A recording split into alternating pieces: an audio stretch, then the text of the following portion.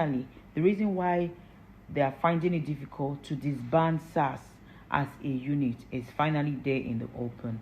And that is as a result of the money that the government assigns to that office, which we don't know what they are using it for, which we know that most times they don't already share the money. Because it doesn't make any sense why Nigerians will be agitating for the squabbling of SARS, and in less than 3 days they are coming up with something else called Swart. Because they cannot imagine not getting that money. And that is where the corruption is. Every human life that is lost through this SARS is connected to the top where that money is being shared. They know what they are doing. As long as they keep getting their money, they don't care what the boys do.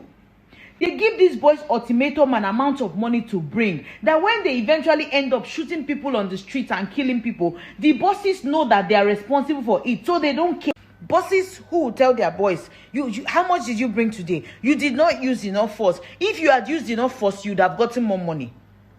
Bosses who are okay with, like, can I ask you a question? You know, say before, when police does something illegal, they will threaten you that they want to take you to their station. But most times they don't. They come to the side and say, bring this son, let us. But have you noticed that since the inception of SARS, the first thing the SARS people tell you is you are going to our station? Why? Because that is the lion's den. Because that is where their bosses, I don't know if I'm making any type of sense.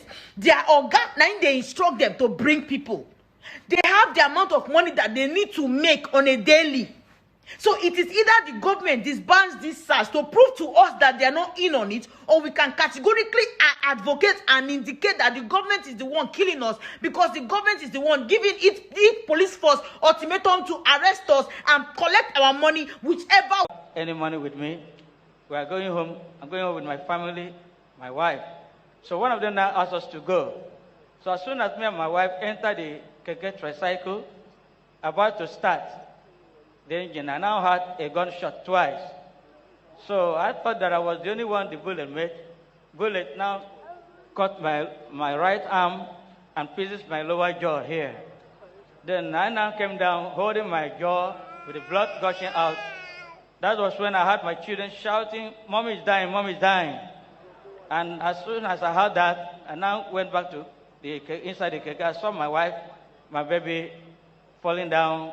And when I heard my wife, I discovered that the bullet pierced my wife from the right side of the brain and came out of the left side of the brain. So my wife died instantly.